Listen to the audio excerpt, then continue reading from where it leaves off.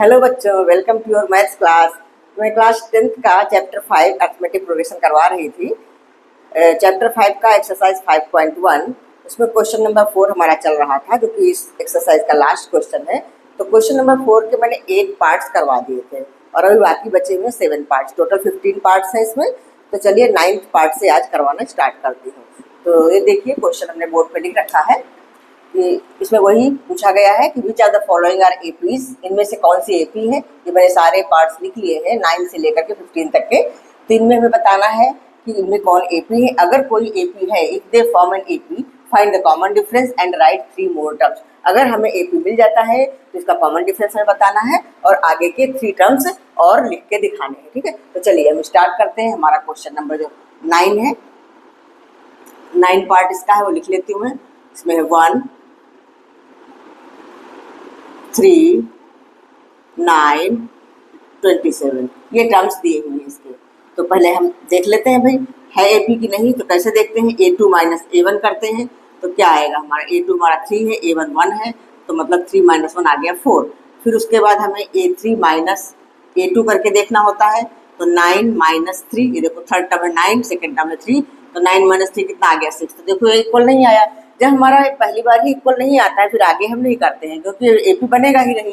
तो बस हम यही लिख लेंगे कि as a2 minus a1 is not equal to a3 minus a2, therefore it is not an AP, it is not an AP. बस हमारा यही खत्म। क्योंकि जब एपी नहीं है तो आगे कॉमन डिफरेंस कैसे निकाल सकते हैं। तो चलिए अब 10th, इसका 10th पार्ट कर लेते हैं। इसको लिख लेते हैं a, 2a, 3a, 4a। ये बताइए एपी है या नहीं। देखो देखने से ही लग रहा है ये एपी है, क्योंकि इसमें डिफरेंस बराबर बराबर आ रहा है। फिर भी हम करके देखते हैं।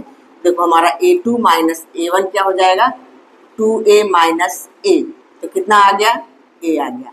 फिर a3 माइनस a2 तो कितना हुआ, 3a माइनस 2a, ये भी हमारा आ गया a के इक्वल। तो अभी हमें आगे और करना है। जब हमारे ये दोनों इक्वल आ रहे हैं तो आगे करना। अगर दोनों पहले ही दोनों बार इक्वल नहीं आते तो फिर हम आगे नहीं करते, छोड़ देते, ये भी बनेगा ही नहीं। तो अब अगला हमारा a4 माइनस a3 अगर करेंगे तो क्या आएगा, 4a minus 3a equal to a। तो हम देख रहे हैं कि हर बार डिफरेंस सेम आ रहा है, तो यही हमारा कॉमन डिफरेंस है। तो बस हम लिखेंगे yes it is an AP.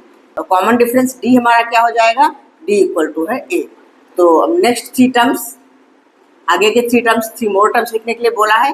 तो नेक्स्ट 3 टर्म्स क्या हो जाएंगे भाई, ऐसे ही कर लो। इसमें तो कुछ कोई प्लस प्लस करके दिखाने की जरूरत नहीं। देखो a, 2a, 3a, 4a है ना, तो नेक्स्ट टर्म्स क्या हो जाएंगे, 5a, 6a एंड 7a। ठीक है, क्लियर हुआ बच्चों, समझ में आ रहा है ना। तो चलिए अब नेक्स्ट कर लेते हैं 11th वाला। हाँ बच्चों, तो ये हमारा 11th क्वेश्चन, इसमें भी हम चेक कर लेते हैं। a2 माइनस a1 अगर हम करेंगे तो क्या आएगा, a स्क्वायर माइनस a। अब a स्क्वायर माइनस a, इसका कोई आंसर नहीं निकलेगा। a स्क्वायर में से a घट ही नहीं सकता, इसको हम ऐसे ही लिख के रखेंगे। अब अगला हम a3 माइनस a2 करते हैं तो क्या आता है, a cube minus a square. ये भी नहीं, इसका भी घटा करके हम कुछ लिख नहीं सकते हैं, क्योंकि जब पावर सेम नहीं है, पावर अलग अलग है, तो ये घट नहीं सकता है। ये बिल्कुल ये एक्सप्रेशन ऐसे का ऐसा ही लिखा रहेगा। तो हम क्या देख रहे हैं कि हमारा ये देखो नहीं इक्वल आ रहा है, इसका कॉमन डिफरेंस है ही नहीं है। a2 minus a1 is not equal to a3 minus a2, therefore it is not an AP. ठीक है, क्लियर। तो बस इसको इतना ही करके छोड़ देंगे। अब नेक्स्ट क्वेश्चन पे चलते हैं। ये हमारा क्वेश्चन नंबर 12, इसका जो 12 पार्ट है। 12 पार्ट √2 है, √8 है और √18 है, उसके बाद है √32। तो ये इस क्वेश्चन में हम देख रहे हैं सारे नंबर रूट्स में है, तो हम इनको सिंपलेस्ट फॉर्म में बना लेते हैं। जैसे √2 तो हमारा सिंपल फॉर्म में है, √8 को भी हम सिंपलेस्ट फॉर्म में बना लेते हैं। देखो मैं रफ में आप लोगों को करके दिखाती हूँ। √8 को हम क्या लिख सकते हैं, 4 × 2 ऐसा लिख सकते हैं। अब 4 का रूट हम जानते हैं 2 होता है, 2√2 ऐसा आ जाएगा। तो पहले हम इस एपी को ठीक से लिख लेते हैं। ठीक है, तो हमारा √2 तो सिंपलेस्ट फॉर्म में है और √8 हमारा क्या बन गया, 2√2। इसी तरह से √18 को हम 9 × 2 लिख सकते हैं। 9 जो है 3 बन के बाहर आ जाएगा, तो ये हो जाएगा 3√2। और 32 को हम 16 इंटू 2 लिख सकते हैं। 16 का फिर स्क्वायर रूट 4 होता है, तो 4 बाहर आ जाएगा स्क्वायर रूट के और 2 रह जाएगा अंदर। अब हमारी एपी ऐसी दिख रही है, तो ऐसा देखने से लग रहा है ना ये एपी है। हाँ एपी है, देखो फिर भी हम निकाल के दिखाते हैं। इसका A2 माइनस A1 अगर हम करेंगे तो क्या आएगा, 2√2 माइनस √2। अब 2√2 माइनस 1√2, √2 मतलब 1√2, तो √2 नंबर तो वैसे ही रहेगी, बस 2 में से 1 घटेगा। जैसे हमारा 2x में से x घटाओ तो x ही तो आता है, तो उसी तरह से हमारा इसका आ गया √2। अभी हमारा A3 माइनस A2 करेंगे तो क्या आएगा, 3√2 माइनस 2√2, इसमें भी वही आ गया। 3 में से 2 घटाएंगे 1√2, दैट मीन्स √2।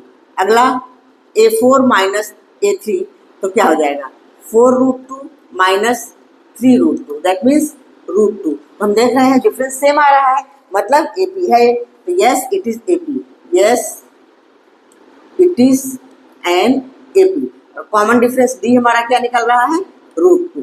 अब नेक्स्ट 3 टर्म्स हमको लिखने हैं, तो नेक्स्ट 3 टर्म्स हम लिख सकते हैं। सब में √2 जोड़ देना है, ये डायरेक्ट ही आप लिख सकते हो, बिल्कुल इजी है, कुछ नहीं है। तो नेक्स्ट 3 टर्म्स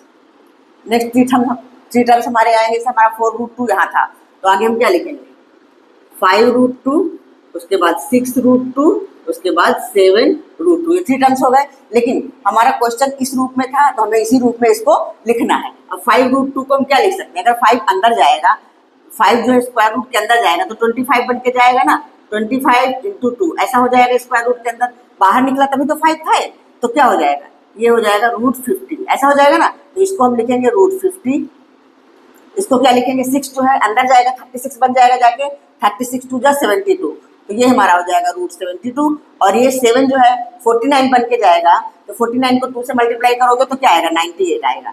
तो ये हमारा आंसर हुआ। ऐसा लिख करके आपको नहीं छोड़ के आना है, जैसा हमारा क्वेश्चन था उस रूप में बना के लिखना है। ठीक है बच्चों, क्लियर हुआ, समझ में आया। तो अब 12 हो गया, अब 13th और 13, 14, 15 3 और है, चलिए वो भी कर लेते हैं। हाँ तो ये 13th क्वेश्चन है, देखिए इसमें लिस्ट ऑफ नंबर्स दी, √3, √6, √9, √12। ये भी हमारी रूट वाली नंबर्स हैं, लेकिन ये 12 जैसा नहीं है। √6 को हम तोड़ करके √3 की तरह का नहीं बना सकते, 2 इंटू 3 आएगा तो 2 तो बाहर नहीं निकल सकता, वो भी रूट के अंदर ही है। ये AP नहीं है, हमें दिख रहा है AP नहीं है, आप निकाल के देख लो। A2 minus A1 equal to हो जाएगा √6 माइनस √3। अब इसको हम घटा नहीं सकते, क्योंकि दोनों रूट के अंदर बिल्कुल अलग अलग नंबर है। जब रूट के अंदर के नंबर सेम होंगे तब फिर हम बाहर के नंबर से प्लस या माइनस कर सकते हैं, तो इसको ऐसा ही छोड़ देंगे। नेक्स्ट हमारा है A3 माइनस A2, अगर हम करते हैं तो क्या आएगा, √9 माइनस √6। √9 को तो हम 3 लिख सकते हैं, तो 3 माइनस √6 ऐसा आ गया। तब भी देखो ये इक्वल तो नहीं है ना, तो बस यही लिखेंगे, as A2 minus A1 is not equal to A3 minus A2, therefore it is not an AP। ठीक है, क्लियर, समझ में आ रहा है ना, ये AP नहीं है।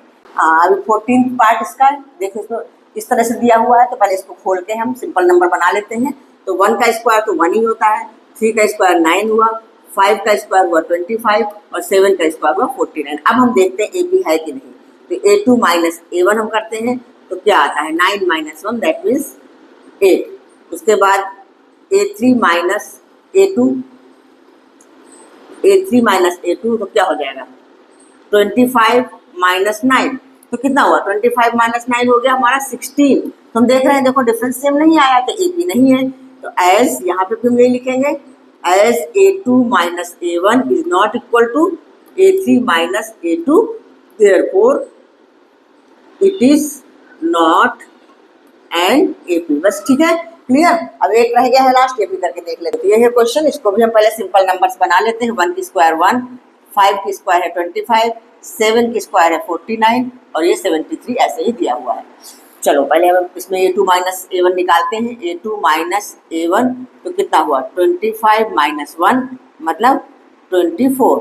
अब A3 माइनस A2 तो हमारा आएगा 49 माइनस 25। 49 में 25 घटाओ, 9 में से 5 गया 4, 4 में से 2 गया 2, 24। देखो इक्वल आ रहा है, तो अगला भी हम कर लेते हैं।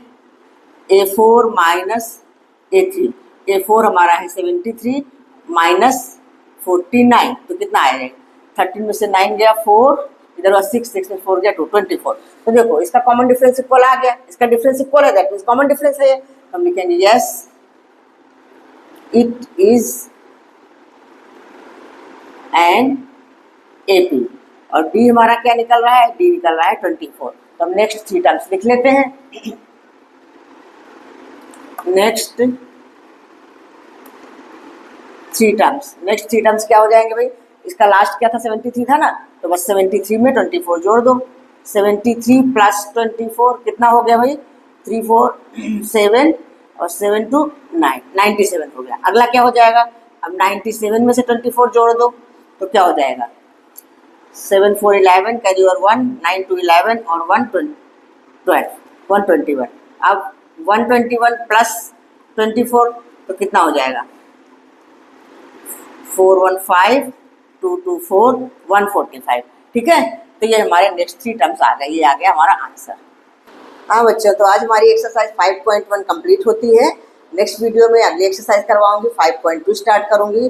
तो बच्चों वीडियो कैसा लगा, अगर अच्छा लगा है, समझ में आया है तो लाइक करिए, अपने फ्रेंड्स को शेयर करिए, और यदि सब्सक्राइब ना किया हो तो सब्सक्राइब कर लीजिए, तो आगे आने वाली वीडियोज आप लोगों को मिलती रहेंगी। स्वस्थ रहिए, मस्त रहिए, पढ़ते रहिए। मिलते हैं नेक्स्ट वीडियो में, तब तक के लिए बाय बाय।